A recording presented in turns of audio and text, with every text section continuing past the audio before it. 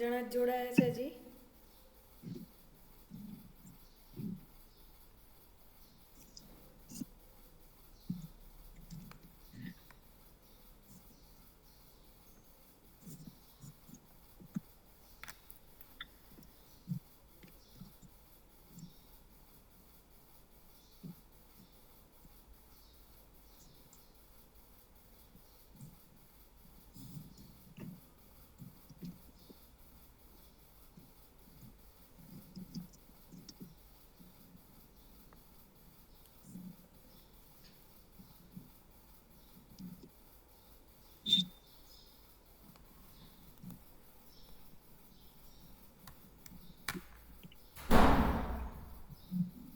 પાંચ મિનિટ રાહ જોઈએ આપણે, પછી ચાલુ કરી દઈએ.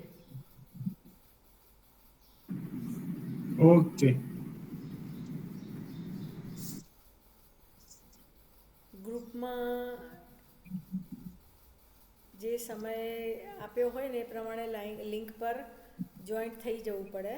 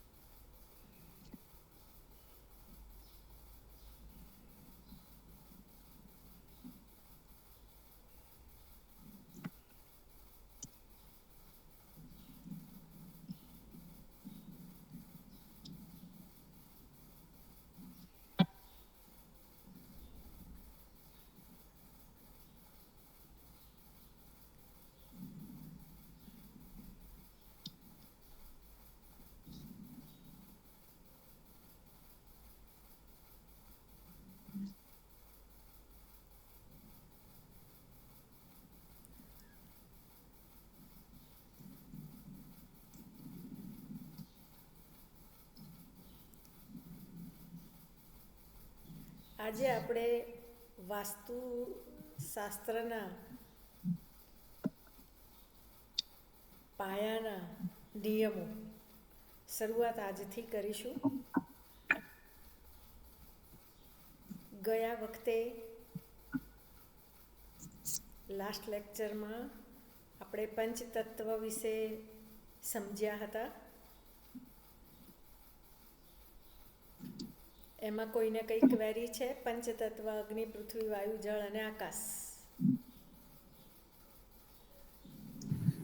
Hello ma'am. હા રુચિતાબેન.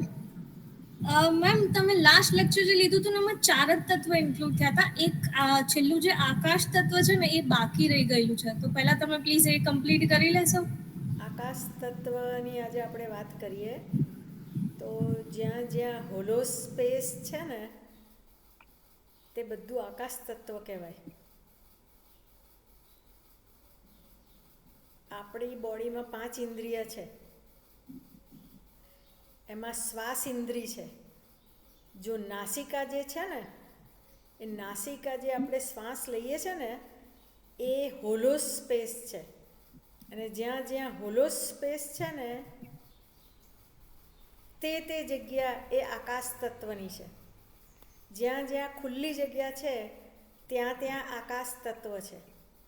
રોડ ઉપર ઊભા રહીને આકાશમાં જોઈએ ને તો એ જ્યાં ખુલ્લી ઓપન ટુ સ્કાય છે ને એ બધું આકાશ તત્વ છે.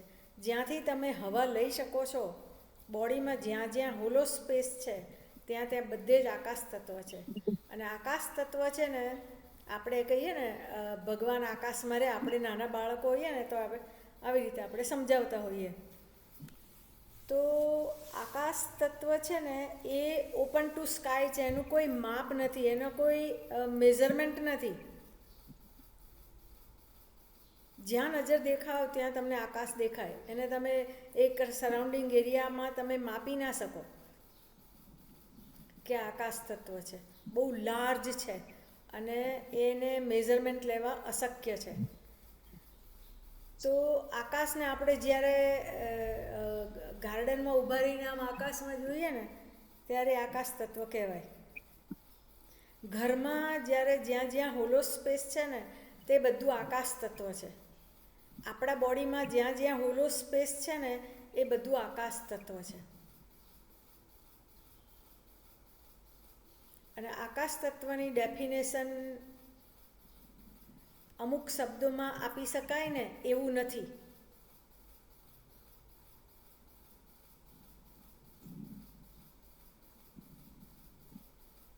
અગ્નિ, પૃથ્વી, વાયુ, જળ, આ 4 શબ્દને હું બહુ સારી રીતે તમને સમજાવી શકું.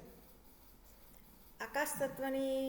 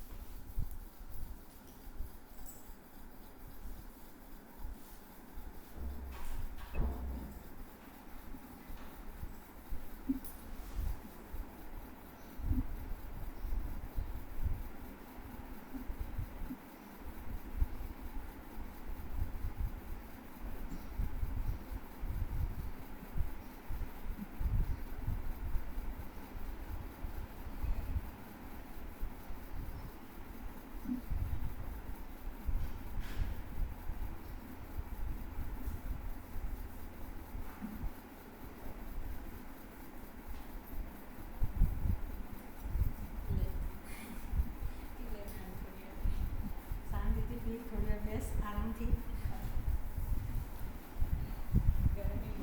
હા, બહુ ગરમી છે. હું તો ગાડી લઈને જાઉં છું ને, ફૂલ એસી કરીને જવાનું 3 નંબર એટલે ચાલે. બસ ચાલે છે. જો અત્યારે ઓનલાઈન ક્લાસ ચાલે છે. હા, બેસ થોડી વાર. હા, કરી લે તારું. એક્ટિવા લઈને આવી. તો જ્યાં જ્યાં હોલો સ્પેસ છે ને ત્યાં ત્યાં આકાશ તત્વ છે. આપણા ઘરમાં પણ જ્યાં ખુલ્લી જગ્યા છે ને ત્યાં આકાશ તત્વ છે. તો આકાશ તત્વની વિશાળતાને મેઝરમેન્ટમાં માપવું એ ભૂલ ભરેલું છે.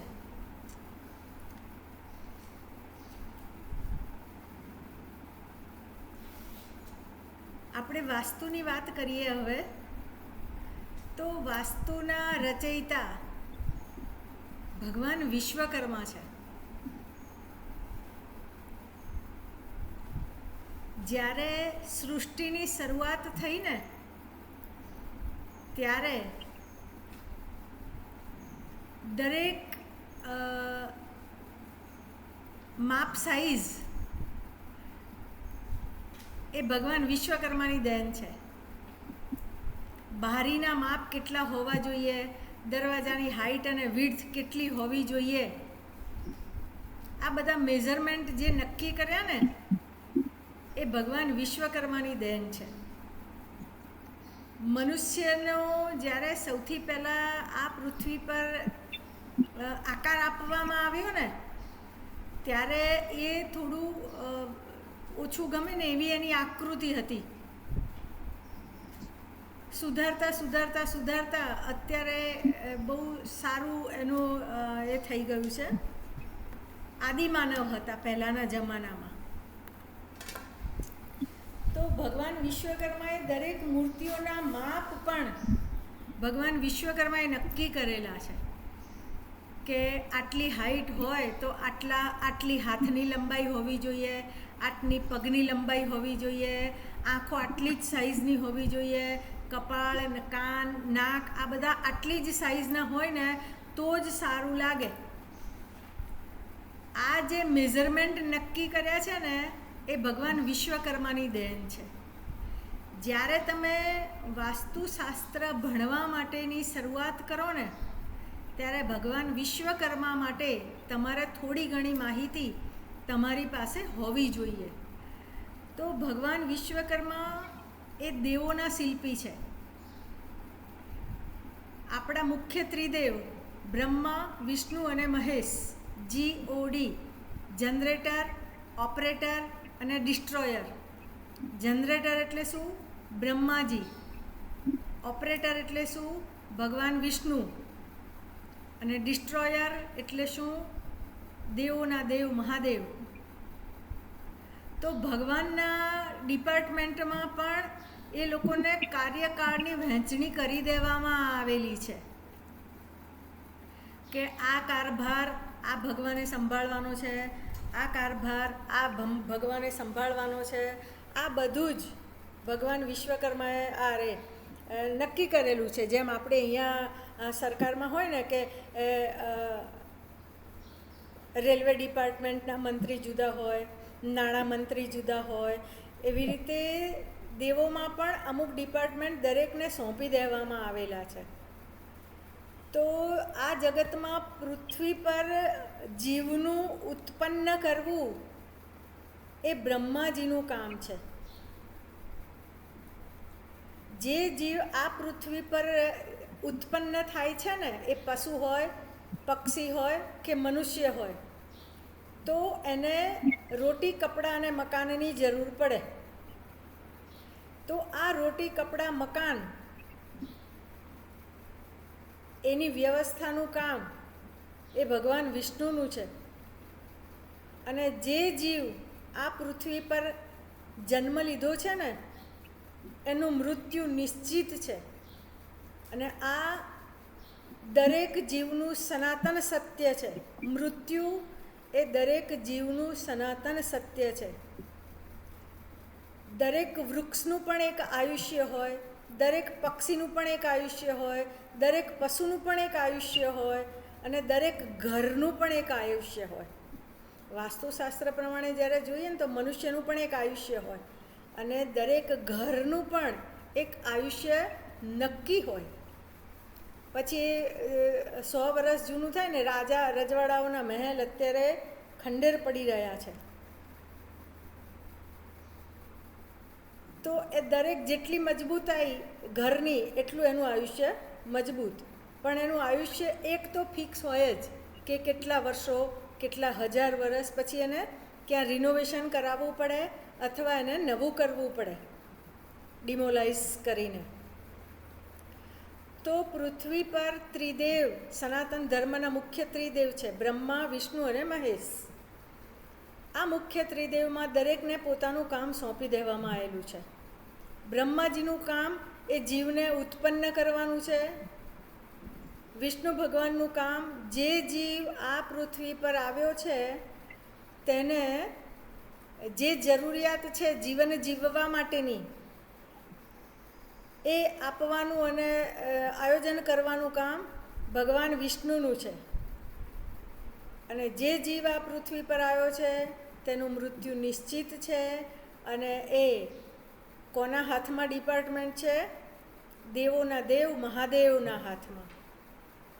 આ ત્રિદેવ જ્યારે પૃથ્વી પર નિવાસ કરવાની ઈચ્છા કરી ત્યારે જ્યારે પૃથ્વી પર આવો ને ત્યારે આવાસ જોઈએ. આવાસ જોઈએ ને કે એમને એમ તો ક્યાં રહે? તમારે ઘર જોઈએ તો પશુ પક્ષીને પણ ઘર જોઈએ, દરેકને પોતાને રહેવા માટેનું એક આવાસ જોઈએ. તો જ્યારે બ્રહ્માજી આ પૃથ્વી પર આવ્યા ત્યારે એમને આવાસની જરૂર પડી. ભગવાન વિષ્ણુ પણ જ્યારે જરૂર પડી ત્યારે વૈકુંઠ બનાવ્યું. અને દેવાધિદેવ મહાદેવ માટે કૈલાસની રચના એ ભગવાન વિશ્વકર્માએ કરેલી છે.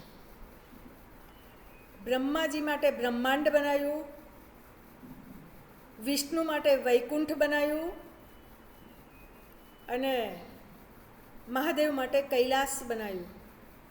જ્યારે એમને આ પૃથ્વી પર આવાસની જરૂર પડી ત્યારે આ દેવોએ ભગવાન વિશ્વકર્માને યાદ કર્યા હતા અને ભગવાન વિશ્વકર્મા પૃથ્વી પર આવીને આ ત્રણેય દેવોને આવાસની રચના કરી આપી હતી.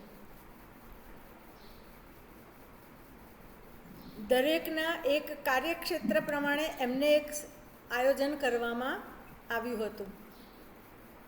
વિષ્ણુ ભગવાન વૈભવી દેવ કહેવાય છે, જેને વૈભવ વધારે જોઈએ એટલે એમનું વૈકુંઠ બહુ સુંદર બનાવી આપ્યું.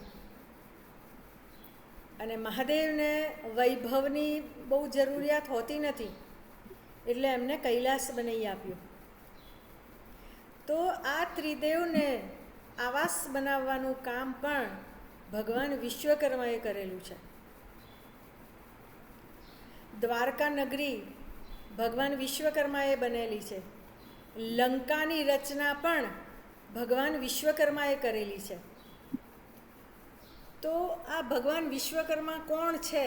જ્યારે વાસ્તુશાસ્ત્ર આપણે શીખવાનો પ્રયત્ન કરીએ ને ત્યારે આ વસ્તુ આપણને ખબર હોવી જોઈએ કે દેવોના શિલ્પી એ ભગવાન વિશ્વકર્મા છે. મહાસુદ તેરસના દિવસે ભગવાન વિશ્વકર્માની જન્મ જયંતિ ઉજવાય છે. અને જે વિશ્વકર્માના વંશજો છે એ હંમેશા વિશ્વકર્માની તિથિ અમાવસ્યા છે, એટલે અમાવસ્યાના દિવસે એમના વંશજો અમાવસ્યાની રજા રાખે. વિશ્વકર્મા ભગવાનના 4 પુત્રો સુથાર, કડિયા, સલાટ અને સોની મુખ્ય 4 જ પુત્રો છે એમના. પછી આગળની કથા જુદી છે, એ આપણી આગળની કથા અત્યારે નથી સમજવી. તો વિશ્વકર્મા ભગવાનના 4 સંતાન છે. આ 4 સંતાનો અમાવસ્યાના દિવસે રજા રાખે. બરાબર? તો ભગવાન વિશ્વકર્માની તિથિ એ અમાવસ્યા છે. જ્યારે એ સધામ ગયા હતા ને ત્યારે અમાવસ્યા હતી, માટે વિશ્વકર્માના વંશજો અમાવસ્યાની રજા રાખે. કડિયા કામ કરવાવાળા હોય, મિસ્ત્રી કામ કરવાવાળા હોય કે જે કોઈ પણ ટેકનિકલી ફિલ્ડ સાથે સંકળાયેલા વ્યક્તિ હોય ને તે અમાવસ્યાના દિવસે રજા રાખે અને ભગવાન વિશ્વકર્માની પૂજાપાઠ, કથા વાર્તા જે પણ એમને અનુકૂળતા હોય તે પ્રમાણે ભગવાન વિશ્વકર્માને યાદ કરે. જ્યારે અત્યારે હવે કાર્યકાળ બદલાઈ ગયો છે. મેં પહેલાં પણ કહ્યું છે કે પરિવર્તન એ સંસારનો નિયમ છે. પહેલાંનો એક જમાનો એવો હતો કે પોતાના જે વંશજો હતા ને તે જ કાર્ય, તે જ પ્રોફેશન બધા કરતા હતા. હવે વસ્તી વધતી ગઈ, એજ્યુકેશન લેવલ વધતું ગયું, એટલે દરેક વ્યક્તિ એ પોતાની કાર્યક્ષેત્ર અને પ્રોફેશન પોતાની જાતે નક્કી કરતા થઈ ગયા છે. એટલે હવે એવું નથી કે સુથાર કે કડિયા લોકો જ આ કામ કરી શકે. હવે તો કોઈ પણ જ્ઞાતિના વ્યક્તિઓ કોઈ પણ કાર્ય કરી શકતા હોય છે અને એના જ્ઞાન મેળવવાના આસાન તરીકા હવે આ જમાનામાં ઉપલબ્ધ છે. તો જ્યારે તમારે વાસ્તુશાસ્ત્ર ભણવું હોય તો એવું જરૂરી નથી કે તમે સુથાર હોવા જોઈએ, તમે કડિયા હોવા જોઈએ, તમે સલાટ હોવા જોઈએ, તમે સોની હોવા જોઈએ. આવું જરૂરી નથી. એન્જિનિયરિંગ ભણતા હોય અથવા એન્જિનિયરિંગ લાઇનના હોય તે પણ વ્યક્તિઓ કોઈ પણ જ્ઞાતિના હોય, અમે જ્ઞાતિવાદ લાગતો નથી. તો દરેક વ્યક્તિ હવે વાસ્તુશાસ્ત્રનો અભ્યાસ કરી શકે છે અને વાસ્તુશાસ્ત્ર હવે એની જાગૃતિ આ કળિયુગમાં બહુ વધી ગઈ છે. જેમ ગ્રહોની અસર જીવનમાં થાય છે ને તેટલી જ અસર વાસ્તુશાસ્ત્રની પણ જીવનમાં થતી હોય છે. કુંડલીના પડેલા ગ્રહો સૂર્ય, ચંદ્ર, મંગળ, બુધ, ગુરુ, શુક્ર, શનિ, રાહુ ને કેતુ, આ ગ્રહો ખાલી કુંડલીમાં જ અસર કરે છે ને એવું નથી. આ ગ્રહો તમારા ઘરમાં દિશા દશા પ્રમાણે પણ અસર કરતા હોય છે. તો મેં તમને એક PDF મોકલી છે મહેન્દ્રભાઈએ. સાહેબે તમને એક PDF ગ્રુપમાં મોકલેલી છે વાસ્તુની. એ લગભગ 55-60ની પાના વચ્ચે એનું કંઈક એનું છે ધારાધોરણ બધું. આપણે બધા જ પેજ શીખવાના છે. તો એમાં પહેલું પેજ છે એ મારી આઈડેન્ટિટી છે. બીજા પેજમાં ભગવાન વિશ્વકર્મા માટે તમારે લખેલું છે. તમારે એની પ્રિન્ટ કરાવી હોય તો પણ તમે કરાવી શકો. અધરવાઇઝ તમારે મોબાઈલમાં અત્યારે ખોલીને પણ તમારે જો બેસવું હોય ને તો તમે એ જોઈ શકો છો. તો પૃથ્વી પર જ્યારે દેવોને આવાસની જરૂર પડી એ પણ ભગવાન વિશ્વકર્માએ બનાવ્યા છે. મંદિરો, ઘર, કૂવા, બારી, દરવાજા, મૂર્તિના તેમજ દરેક વસ્તુના માપ ભગવાન વિશ્વકર્માએ નક્કી કર્યા છે. જો આ માપ સાઈઝ નક્કી ના હોત તો શું થાત? આપણે ખાલી કલ્પના કરીએ ને તો પણ આપણને ખબર પડે કે આ કાન આટલી સાઈઝના હોય, આનું માપ જો નક્કી ના કર્યું હોય તો શું થાય? કોઈના મોટા બની જાય, કોઈના નાના બની જાય, કોઈના હાથ ટૂંકા બને, કોઈના પગ ટૂંકા બને. તો જેટલી હાઈટ છે ને એ પ્રમાણે દરેક વસ્તુના એક મેઝરમેન્ટ હોય છે અને આ મેઝરમેન્ટ એ ભગવાન વિશ્વકર્માની દેન છે. તો પાંડવોને મદદ કરવા માટે જે ઇન્દ્રપ્રસ્થ નગરીની રચના કરવાની જરૂર પડી ને એ પણ ભગવાન વિશ્વકર્માએ કરેલી હતી. તો દરેકે દરેક જીવને આ પૃથ્વી પર રહેવા માટે શું જરૂર પડશે ને એ ભગવાન વિશ્વકર્માની દેન છે. એટલે જ્યારે તમારે વાસ્તુશાસ્ત્ર ભણવું હોય ને ત્યારે તમારે ભગવાન વિશ્વકર્માને યાદ કરવા પડે. તો એનો એક બહુ સરસ મંત્ર છે, વાસ્તુનો મંત્ર છે. નમસ્તે વાસ્તુ પુરુષ ભૂસૈયા બિરદઃ પ્રભો મદગૃહે ધન ધાન્યાદિ સમૃદ્ધિમ કુરુ સર્વદા. જ્યારે વાસ્તુશાસ્ત્ર શીખવાની રચના કરીએ ને ત્યારે દર વખતે આ એક મંત્ર તમારે બોલવો જોઈએ. જે ડિપાર્ટમેન્ટનું કામ હોય ને તે ડિપાર્ટમેન્ટના સાહેબનું નામ લઈને તમે જ્યારે મળવા જાઓ ને તો તમને એ વધારે પ્રોપર જગ્યાએ તમે પહોંચી શકો. બરાબર? તો વાસ્તુ શીખવું હોય તો ભગવાન વિશ્વકર્માની માહિતી, ભગવાન વિશ્વકર્મા શું છે એની બેઝિક માહિતી પણ તમારી પાસે હોવી તો જોઈએ. બાકી વિરાટ વિશ્વકર્માને સમજવા એ તો બહુ અઘરી બાબત છે. એટલે આપણા બુદ્ધિ ક્ષમતાની બહારની વાત છે. બરાબર? તો આપણે વાસ્તુશાસ્ત્રને જે ગણીએ છીએ ને એ શું છે? દિશા દશા પ્રમાણેનું શાસ્ત્ર છે કે આ પૂર્વ દિશા છે, આ પશ્ચિમ દિશા છે, આ ઉત્તર દિશા છે, આ દક્ષિણ દિશા છે, આ અગ્નિખૂણો કહેવાય.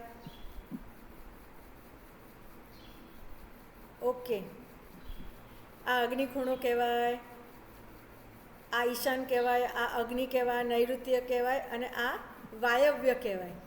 આ બધા મેઝરમેન્ટ એ દિશા દશા પ્રમાણે નક્કી હોય છે કે 45° દિશાઓ હોય અને 22.5 ખૂણા હોય. એ હું તમને બોર્ડ પર જ્યારે જેમ આપણે આગળ વધતા જઈશું ને તેમ હું બતાવતી જઈશ. તો દરેક દિશાના દરેક ખૂણાના એક મેઝરમેન્ટ હોય છે. 360° ભચક્રમાં 45° પૂર્વની, 45° ઉત્તરની, 45° પશ્ચિમની અને 45° એટલે અંશ એ દક્ષિણના. એટલે 45, 90, 180 થયા. એવી રીતે 180 ખૂણાઓના આપેલા છે. તો નોર્થ ઇસ્ટ કોર્નર કેટલો છે? પૂર્વ સાઈડે 22.5 છે, ઉત્તર સાઈડે 22.5 છે ઈશાન ખૂણો. એ હું તમને એકવાર બોર્ડ ઉપર શીખવાડીશ. બરાબર? તો આ થઈ દિશા દશાઓની સમજ કે પૂર્વ કહેવાય, પશ્ચિમ કહેવાય. જે બાજુ સૂર્ય ઉગે એને પૂર્વ કહેવાય. સીધું સાદું ગણિત કે પૂર્વ દિશામાં સૂર્ય સનરાઈઝ થાય અને પશ્ચિમમાં સનસેટ થાય. તો આપણે જ્યારે હિલ સ્ટેશન પર જતા હોઈએ ને ત્યારે આપણે જોઈએ સનસેટ જોવા માટે જાય, સનસેટ જોવા માટે જાય. સનરાઈઝ જોવા માટે કોઈ ગયું છે ખરા? બહુ અદ્ભુત નજારો છે એનો. સનરાઈઝને તમે ક્યારેક ટેરેસ પરથી, ક્યારેક ખુલ્લા ગાર્ડનમાં ગયા હોય અને સનરાઈઝને જ્યારે તમે જુઓ ને તો એના જે રેઝ છે ને તમારા બોડીને લાગે ને તો એ અદ્ભુત પોઝિટિવ ઉર્જા આપતા હોય છે. પણ કળિયુગમાં ઉગતા સૂર્યને બધા પૂજે, પણ જોવું શું ગમે તો કે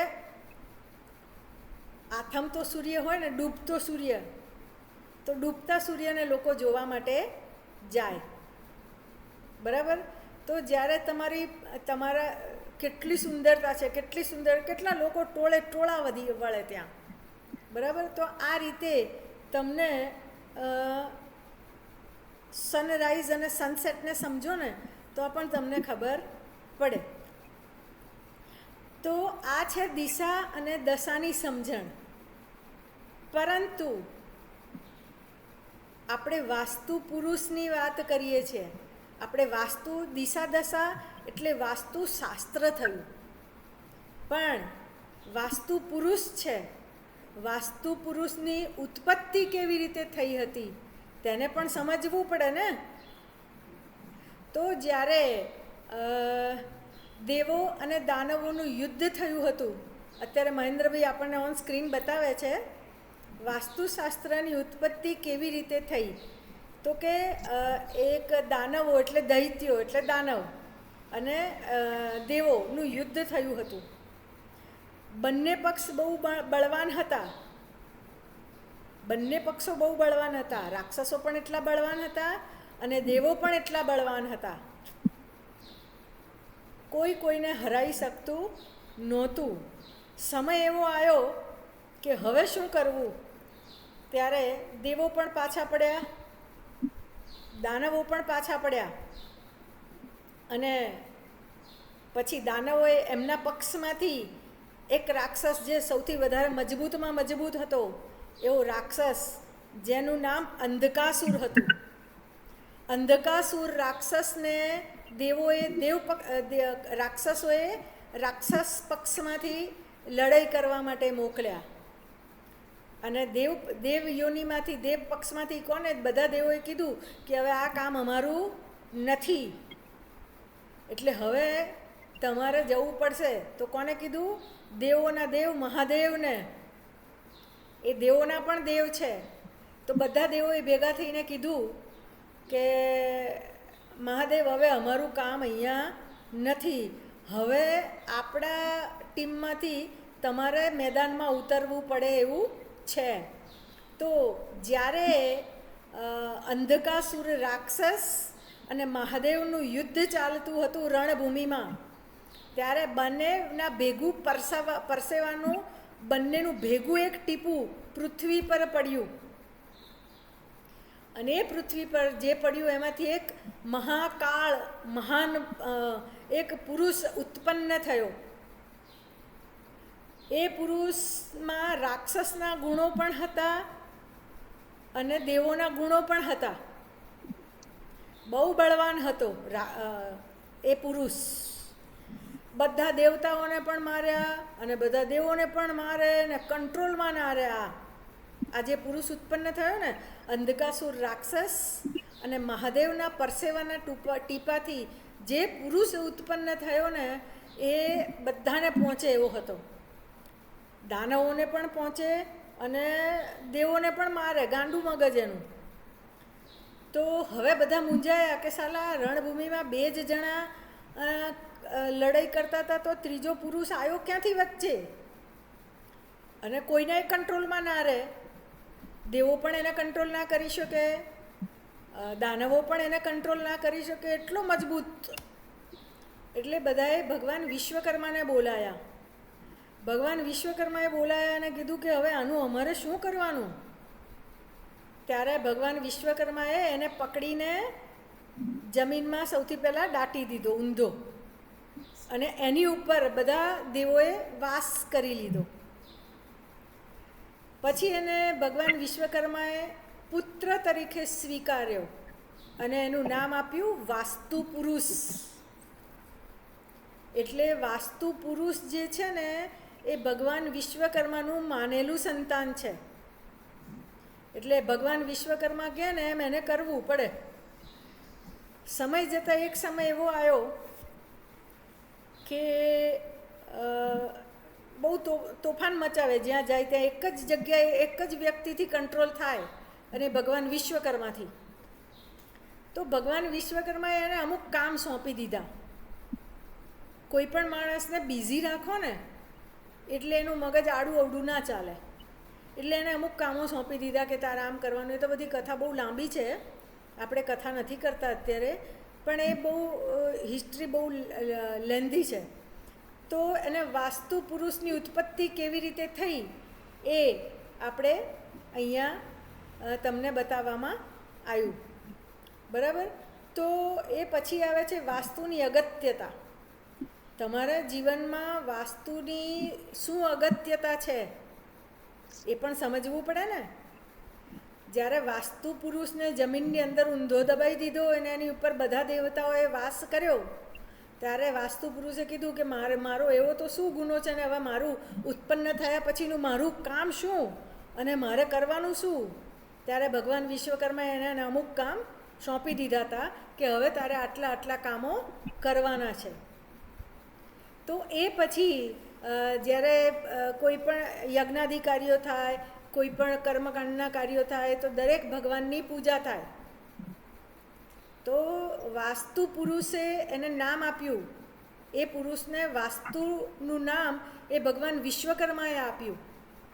એટલે વાસ્તુ પુરુષે પૂછ્યું ભગવાન વિશ્વકર્માને કે હે પિતાજી, મારે આ પૃથ્વી પર મારું કામ કયા હેતુસર જન્મ થયો છે, મારો કેમ ઉત્પત્તિ થઈ છે મારી.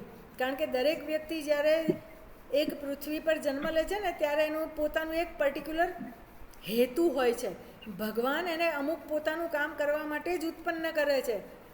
આપણે કહીએ ને લેણા દેણીનું પાસું છે કે કોઈ સંતાન આપણા ત્યાં એવું જન્મે તો જે મેન્ટલી રિટાયર્ડ હોય કે ફિઝિકલી રિટાયર્ડ હોય તો આપણે કહીએ કે ભાઈ તમારી લેણા દેણી પૂર્વજન્મની કંઈક બાકી હશે, જેથી તમારા ઘરમાં શુભ કે અશુભ આવા બાળકો તમને જન્મતા હોય.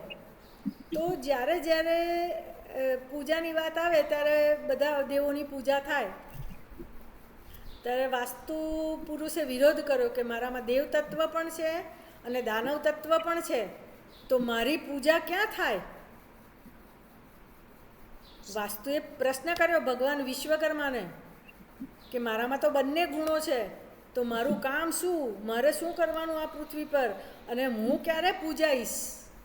ત્યારે ભગવાન વિશ્વકર્માએ એને આશીર્વાદ આપ્યા અને એને નક્કી કર્યું કે જ્યાં જ્યાં નવા ઘરની એ આયોજન હશે, નવું ને નવું તમારું બિલ્ડિંગ બનતું હોય, ઓફિસ બનતી હોય, ઘર બનતું હોય, અને જ્યારે તમારે ગૃહ પ્રવેશ કરવાની વાત આવે ને ત્યારે દરેક જ્યાં નવા આવાસમાં સૌથી પહેલાં વાસ્તુ પુરુષની પૂજા કરવામાં આવશે અને તે જ ઘરમાં રહેવાવાળા વ્યક્તિઓને સુખ, શાંતિ અને સમૃદ્ધિ મળશે.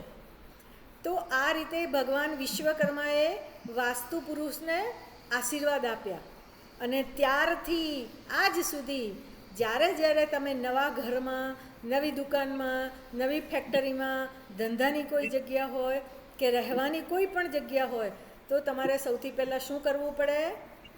વાસ્તુ પૂજા કરવી પડે. વાસ્તુ કન્સલ્ટન્સી એ વસ્તુ જુદી છે અને વાસ્તુ પૂજા એ વસ્તુ જુદી છે. વાસ્તુ શાસ્ત્ર એટલે દિશા દશાનું શાસ્ત્ર છે. પૂર્વમાં છે, પશ્ચિમમાં છે, ઈશાનમાં છે, અગ્નિમાં છે, નૈઋત્યમાં છે, વાયવ્યમાં છે, કઈ વસ્તુ, બેઠક રૂમ ક્યાં બનાવાય, રસોડું ક્યાં બનાવાય, લિવિંગ રૂમ ક્યાં બનાવાય, માસ્ટર બેડરૂમ ક્યાં બનાવાય, આ વાસ્તુ શાસ્ત્ર છે. અને વાસ્તુ પૂજા એટલે જ્યારે નવા ઘરમાં તમે યજ્ઞાદિ કાર્ય કરીને ભગવાન વાસ્તુ પુરુષના, ભગવાન વાસ્તુના જ્યારે તમે આશીર્વાદ લો ને તો કારણ કે એક જ જગ્યાએ પૂજાય છે. વાસ્તુ ભગવાનની પૂજા ખાલી એક જ વાર થાય, એક જ જગ્યાએ પૂજાય. નવચંડી યજ્ઞમાં વાસ્તુ ના પૂજાય. પછી પેલી તમારે બીજી વિધિ હોય કે સત્યનારાયણની કથામાં તો વાસ્તુ ના પૂજાય.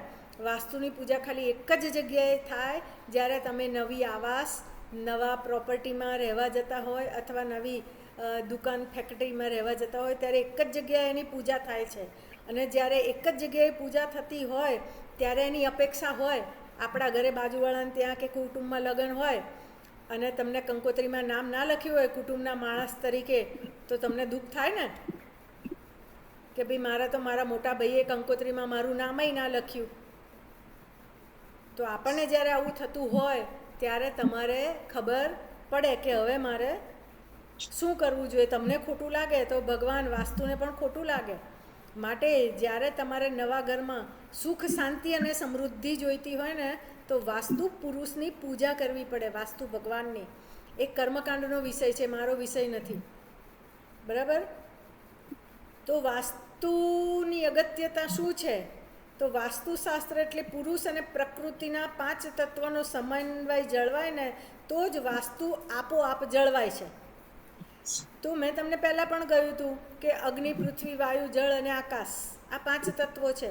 તમારા ઘરમાં 5 તત્વનું બેલેન્સ હોય ને તો તમારું વાસ્તુશાસ્ત્ર પ્રમાણે તમારું ઘર 5 તત્વની બેલેન્સ થાય તો તમને સમૃદ્ધિમાં અને સ્વાસ્થ્યમાં વૃદ્ધિ થાય. ઘરમાં દરેક વ્યક્તિ શાંતિ ઈચ્છતો હોય છે.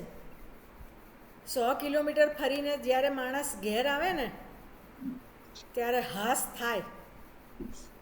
દુબઈ, સિંગાપુર, મલેશિયા અને યુરોપ આખા વર્લ્ડની ટૂર મારીને પાછા 52મા દિવસે ઘેર આવો ને ત્યારે શાંતિનો શ્વાસ ખાલી ઘરમાં મળે. ઘરમાં આવો ને એટલે એમ કે હાસ, આ શબ્દ તમને હાસ શબ્દ એ ખાલી ઘરમાં જ મળે, બરાબર. તો દરેક વ્યક્તિ ઘરમાં શાંતિ ઈચ્છતો હોય છે. ઘરમાં દરેક વસ્તુ વાસ્તુશાસ્ત્રના નિયમ પ્રમાણે અને ગોઠવણામાં કે બનાવવામાં આવે ને તો ઘરમાં સુખ શાંતિ અને સમૃદ્ધિ મનુષ્ય દ્વારા અમુક રીતે આયોજન કરી શકતા હોય છે. ઘર હોય, ફેક્ટરી હોય, દુકાન હોય, વાસ્તુની ગોઠવણ વાસ્તુશાસ્ત્રના નિયમ પ્રમાણે દિશા અને ખૂણા પ્રમાણે કરવી જોઈએ. વાસ્તુ પુરુષ અને પ્રકૃતિ, વાસ્તુ એ પુરુષ છે અને પ્રકૃતિ એ સ્ત્રી છે. માટે જ્યારે પુરુષ અને પ્રકૃતિનું બેલેન્સ થાય ને ત્યારે સોનામાં સુગંધ બળે, બરાબર. તો વાસ્તુશાસ્ત્રને સમજવા માટે તમારે ખાલી દિશા દશાને સમજવાથી પૂરતું નથી થઈ જતું. તમારે ઘણી બધી બાબતોને પણ ધ્યાનમાં રાખવી પડે છે. તો ઘણી વખત આપણે નથી કહેતા કે આ ભૂમિ જ સાલી બરાબર નથી. તો કોઈ પણ ઘર બનાવવું હોય, પહેલાંના, હવે તો બધા ફ્લેટ બનવા માંડ્યા છે, પણ તમારે કોઈ પણ ઘર બનાવવું હોય, તમારે જમીન લઈને હવે ફાર્મ હાઉસ બનાવતા લોકો થઈ ગયા છે, વીકેન્ડ હોમ બનાવે છે. તમારી એક જગ્યા લઈને તમારે પ્રોપર્ટી એ ફાર્મ હાઉસ બનાવવું હોય તો તમે 1/4 ફાર્મ હાઉસ બનાવો, બાકી તમારે જે પ્લાન્ટેશન કરવું હોય તે તમે કરતા હોય તો એ તમે તમારી મરજી પ્રમાણે કરી શકો છો. પણ હવે વસ્તી દિવસે દિવસે વધતી જાય છે. પહેલાં આપણા ઇન્ડિયામાં મોદી સાહેબ બોલતા હતા કે 125 કરોડની જનતા, એ હવે શું બોલે છે? 140 કરોડની જનતા. તો જેમ જેમ વસ્તી વધતી જાય ને તેમ તેમ આવાસની વ્યવસ્થા વધારવી પડે. અને આવાસની વ્યવસ્થા વધારવી પડે એટલે સ્પેશિયસ ઘર બધા ઓછા થઈ ગયા, બંગલા ઓછા થઈ ગયા, ફ્લેટની સિસ્ટમ આવી ગઈ. 12 માળના, 22 માળના, બોમ્બેમાં તો 32 ને 65 માળના ફ્લેટ બને, બરાબર.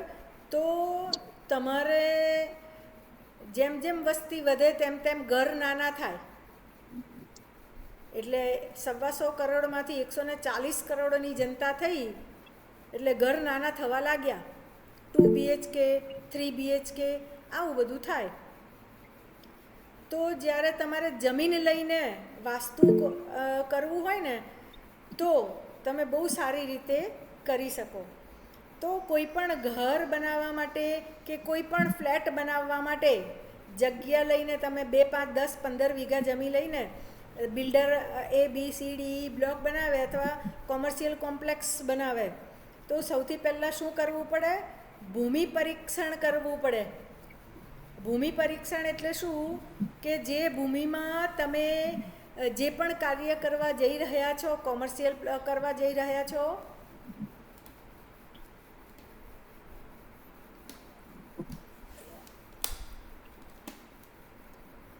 કેમ નહીં ચાલતું? હા, કોમર્શિયલ કરવા જઈ રહ્યા છો કે હાઉસ બનાવવા જઈ રહ્યા છો? તો સૌથી પહેલું કાર્ય શું આવે? ભૂમિ પરીક્ષણનું.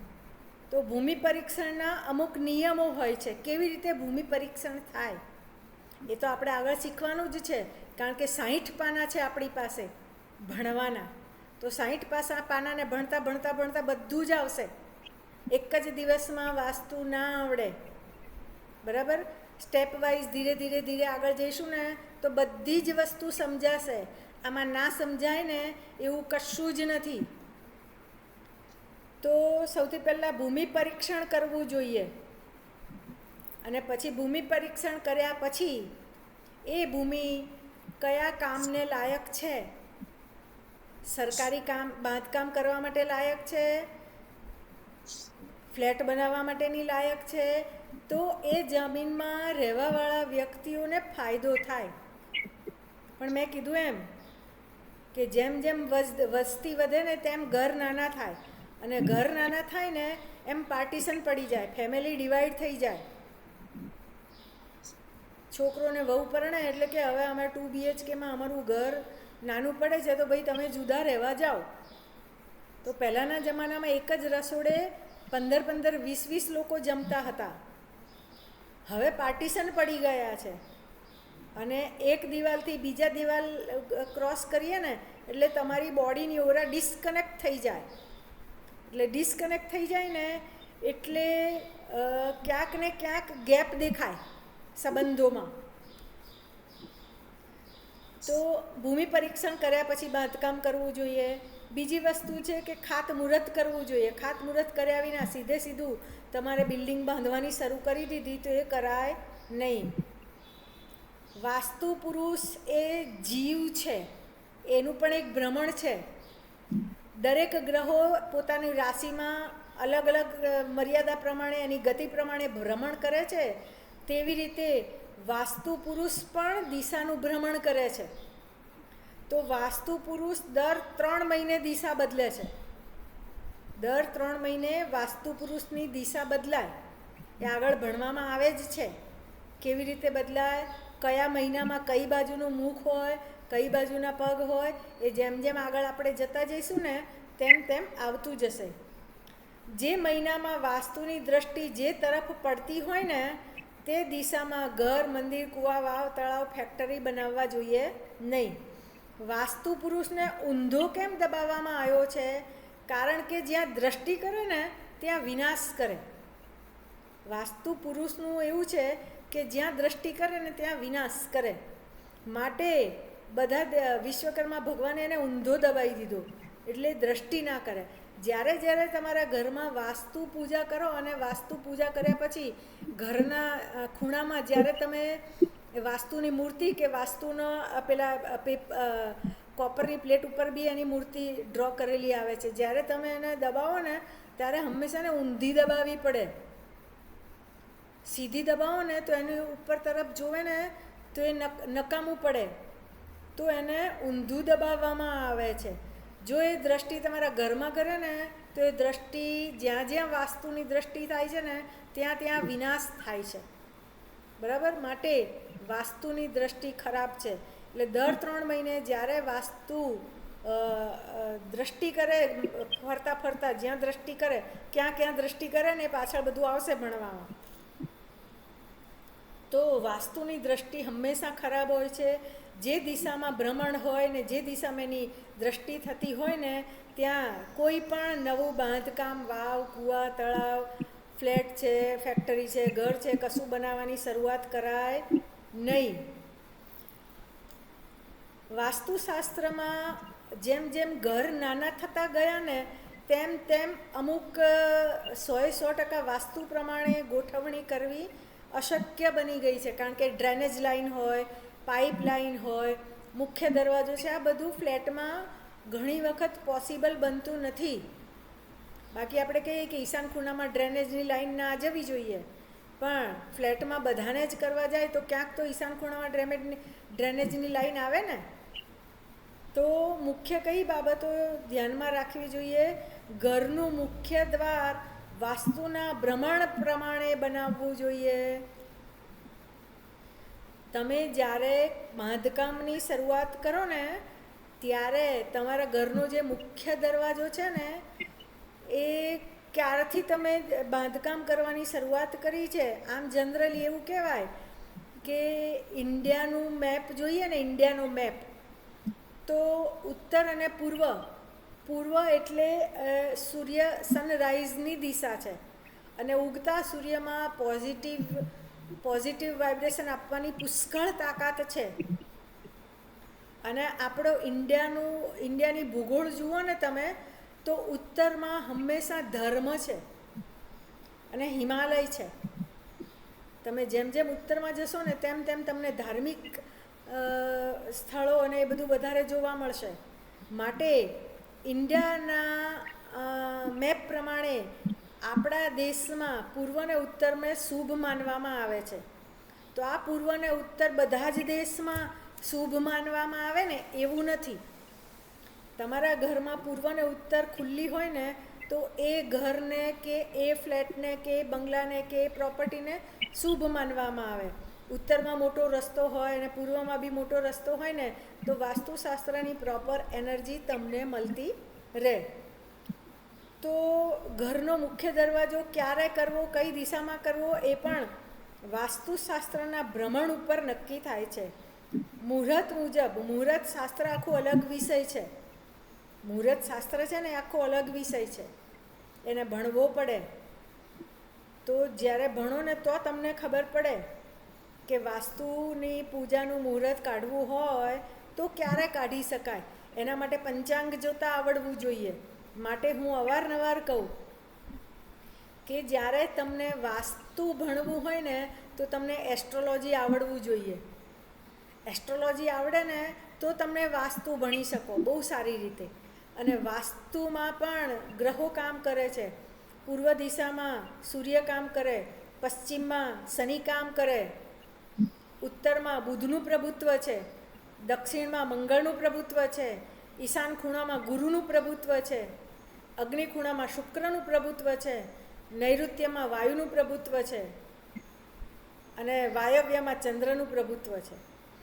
તો આ જે વાસ્તુશાસ્ત્ર પ્રમાણે જે ઘરમાં દિશા દશા પ્રમાણે જે ગ્રહો અસર કરે છે ને એ ગ્રહોના ગુણધર્મો તમને આવડતા હોય ને તો જ તમે વાસ્તુશાસ્ત્ર પ્રમાણે કયા ગ્રહની ઉર્જા તમને વધારે મળશે એ તમે વાસ્તુશાસ્ત્રના નિયમના આધારે તમે નક્કી કરી શકો.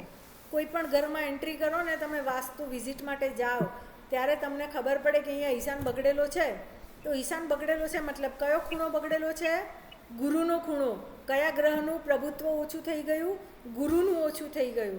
તો ગુરુ શેનો કારક છે, ગુરુ શું આપે, આ બધી જ બાબતો તમને ખબર હોય ને તો જ તમે એનું પ્રિડિક્શન કરી શકો કે ભાઈ તમારો નૈઋત્ય આવો છે ને ઈશાન આવો છે ને આવું છે તો તમારા ઘરમાં આવા પ્રોબ્લેમો હોઈ શકે.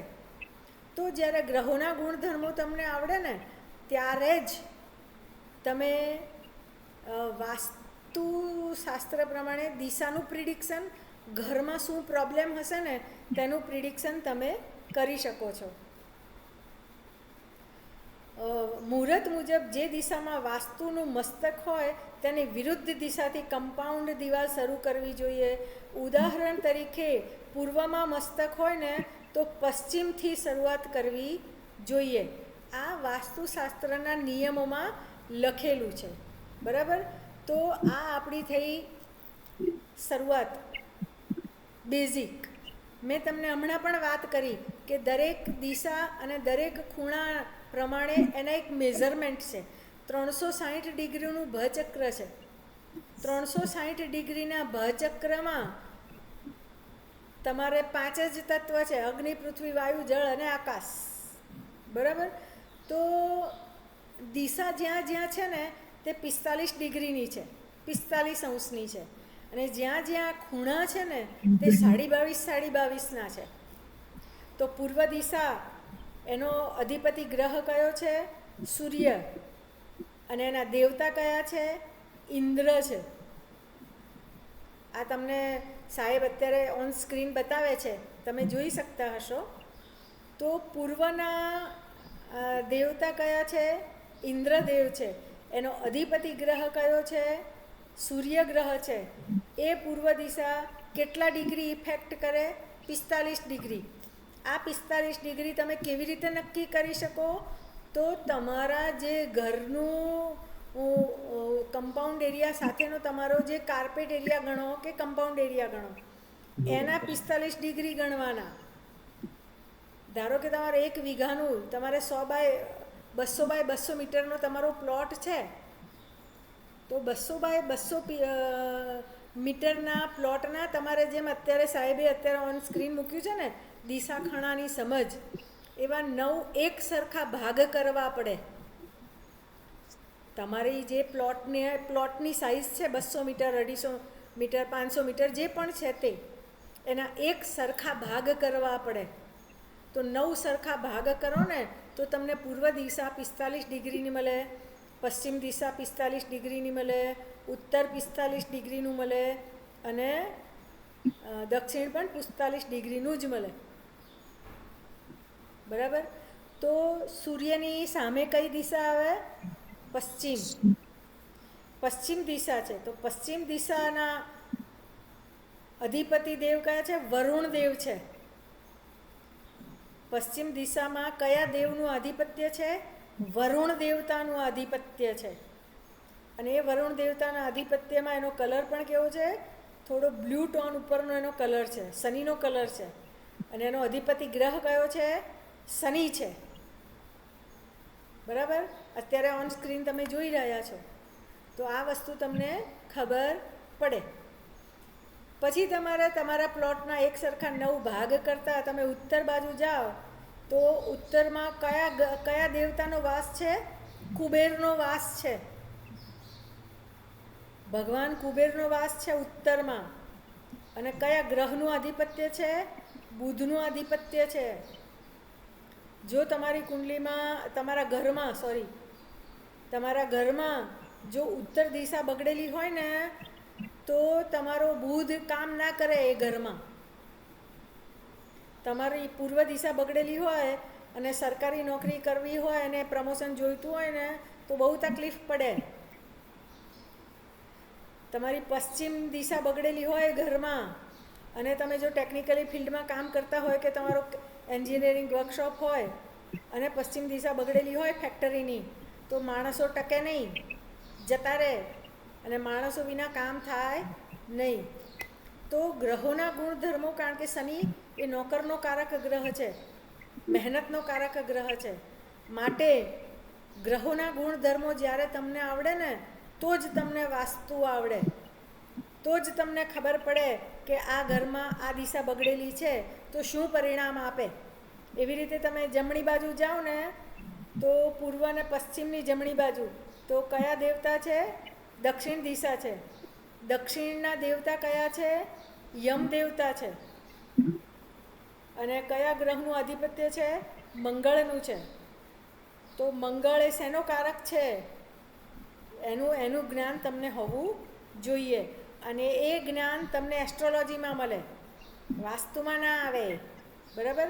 ગ્રહોના ગુણધર્મો એ જ્યોતિષમાં આવે, વાસ્તુમાં ના આવે. તો દક્ષિણ દિશાનો અધિપતિ ગ્રહ મંગળ છે અને એનો કલર ઓરેન્જ જેવો છે. એ પછી પાછા આપણે ઉપર આવીએ છીએ ઈશાન ખૂણામાં. તો ઈશાન ખૂણાનો દેવ કોણ છે? તો કે બ્રહ્મા છે અને શિવ છે. કૈલાસ કઈ જગ્યાએ છે? સેન્ટરમાં છે. બરાબર. તો ઈશાન ખૂણાનો ગ્રહ કયો છે? તો ગુરુ છે અને કેતુ છે. ગુરુનો કલર કયો છે? Yellow colour. માટે આપણે ત્યાં યલો કલર બતાવેલો છે. તો ગુરુ ઈશાન ખૂણાનું આધિપત્ય કરે છે કેતુ એ પણ ઈશાન ખૂણાનું આધિપત્ય કરે છે. અને કયા દેવતાઓ ઈશાન ખૂણાનું આધિપત્ય કરે છે? તો કે ભગવાન શિવ અને બ્રહ્મા, આ બે દેવ એ ઈશાન ખૂણાનું આધિપત્ય કરે છે. એ પછી આવે છે અગ્નિ ખૂણામાં. તો અગ્નિ ખૂણામાં આસમાની કલર જેવો બતાવેલો છે. તો અગ્નિ ખૂણાના નો ગ્રહ કયો છે? અધિપતિ ગ્રહ શુક્ર છે. અને એ અગ્નિ ખૂણાના અધિષ્ઠાતા દેવ કોણ છે? તો કે અગ્નિદેવ છે. અગ્નિની સાક્ષી એ ફેરા ફરાય. આવા બધા અગ્નિના ગીતોય બહુ બધા છે.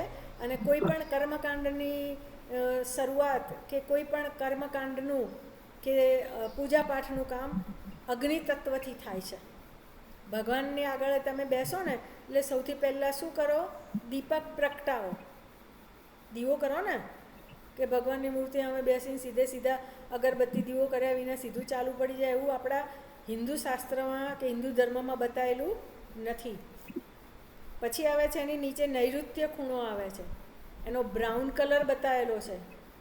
નૈઋત્ય ખૂણાનો અધિપતિ ગ્રહ કયો છે? રાહુ છે.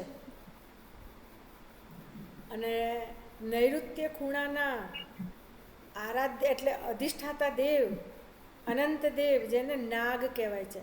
નાગ દેવતાનું આધિપત્ય એ નૈઋત્ય ખૂણામાં છે. એ પછી આપણે આવીએ છીએ ચંદ્રના ખૂણામાં, એટલે કે વાયવ્ય ખૂણામાં. તો ચંદ્રનો કલર કેવો છે? વ્હાઈટ. તમે ચંદ્રને આકાશમાં જુઓ ને તો તમને સફેદ દેખાય. ચંદ્રનો કોઈ દિવસ બીજો કલર દેખાય નહીં આકાશમાં. આકાશમાં તમે નરી આંખે જોઈ શકતા બે ગ્રહો છે, સૂર્ય અને ચંદ્ર. તમારી આંખોથી તમે સવારે અને સાંજે બે ટાઈમ જોઈ શકો. બાકી બધા જ ગ્રહો દેખાય તો છે, પણ આપણી આંખથી નથી દેખાતા. એના માટે ટેલિસ્કોપ રાખવું પડે અને આકાશ દર્શનનો કાર્યક્રમ રાખવો પડે. આપણે મહેન્દ્રભાઈને કહીશું એક વખત, જ્યારે સમય સંજોગો હશે ત્યારે એકવાર આકાશ દર્શનનો કાર્યક્રમ ગોઠવીશું. તો ચંદ્ર એ વાયવ્ય દિશાનું આધિપત્ય કરે છે. અને વાયવ્યના દેવતા કોણ છે? વાયુદેવ છે. બરાબર? તો આવી રીતે ચાર દિશા, ચાર ખૂણાના મેઝરમેન્ટ, એના અધિપતિ ગ્રહો અને એના અધિષ્ઠાતા દેવ એ આજ સુધીમાં ભણ્યા છીએ. આપણે નક્કી કર્યું છે સાહેબે તે પ્રમાણે 45 મિનિટનું આપણું ક્લાસ હોય છે. તો આજે આપણે હવે 3 વાગ્યા છે, 2:10 ચાલુ કર્યું હતું અને હવે 3 વાગ્યા છે, એટલે 45 મિનિટે આપણે અત્યારે વાસ્તુનો ક્લાસ અહીંયા પૂરો કરીએ છીએ. અને હવે આવતા અઠવાડિયે ફરીથી રવિવારે વાસ્તુના ક્લાસમાં જોઈન થઈશું. ત્યાં સુધી બધાને જય ગણેશ. આમાં આપણે શલ્ય દ્વારની વિધિ કરવી પડે વાસ્તુ પૂજામાં? હા, બધું કરવું પડે. એ બધું ભણવામાં આગળ આવશે જ. અને આવતા રવિવારે આપણે બધાએ સાથે મળવાનું છે. હા, બરાબર છે. પણ મેડમ, અહીંયા અમે બધા તો આઉટ ઓફ અમદાવાદ છીએ, તો પછી કઈ રીતે મળી શકીશું? બસમાં આવજો. તમે ક્યાં છો અમીષાબેન? હું પાટણ છું. ઓકે, તો પાટણથી 2 કલાક લાગે.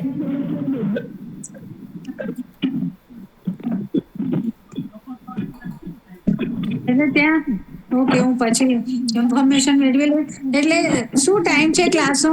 એ સાહેબ નક્કી કરશે. ઓકે. એ પ્રમાણે. બોલો જિગ્નેશભાઈ. બેન, ભાડાના મકાનમાં રહીએ છીએ તો એમાં આપણને લાગે. સરસ. જિગ્નેશભાઈનો પ્રશ્ન બહુ મુદ્દા આધારિત છે. વાસ્તુશાસ્ત્રનો નિયમ એવો છે કે સમજો મારી પાસે 4 બંગલા છે કે 4 ફ્લેટ છે, તો મારે રહેવાનું છે ક્યાં? એક જ બંગલામાં કે એક જ ફ્લેટમાં? બાકી 3 હું પ્રોપર્ટી લીધેલી છે ઇન્વેસ્ટમેન્ટ માટે, તો એને હું ભાડે આપું તો મારી બીજી 3 પ્રોપર્ટીની અસર મને થાય? ના થાય. તમે જે ઘરમાં રહેતા હોય તે ઘરના વાસ્તુશાસ્ત્ર પ્રમાણે દિશા દશાની જે પણ એનર્જી છે ને એ જે ઘરમાં રહેતા હોય ને તે વ્યક્તિને લાગે. તો ભાડા આપેલા ઘરમાં પણ દિશા દશા તો હોય ને, એની પણ એક ઉર્જા તો હોય ને. તો ભાડાના ઘરમાં પણ જે દિશા દશાની એનર્જીને જે વાસ્તુ દોષ છે ને તે ભાડે રહેવાવાળા વ્યક્તિઓને અસર કરતું હોય છે. બરાબર? વાત ક્લિયર? ઓકે. હાલો મેડમ, હા. આ પાંચ તત્વ કયા? એમાં આકાશ તત્વમાં એટલે શું સમજવાનું આકાશમાં? તમે મોડા જોઈન્ટ થયા છો, તમે ઘણા બધા મોડા જોઈન્ટ થયા હતા, એટલે તમે રેકોર્ડિંગ જોઈ લેજો, તમને સમજાઈ જશે. ઓકે મેડમ, બરાબર? Thank you. ચાલો, જય ગણેશ. ઓકે, જય ગણેશ. જય ગણેશ. જય ગણેશ. જય ગણેશ.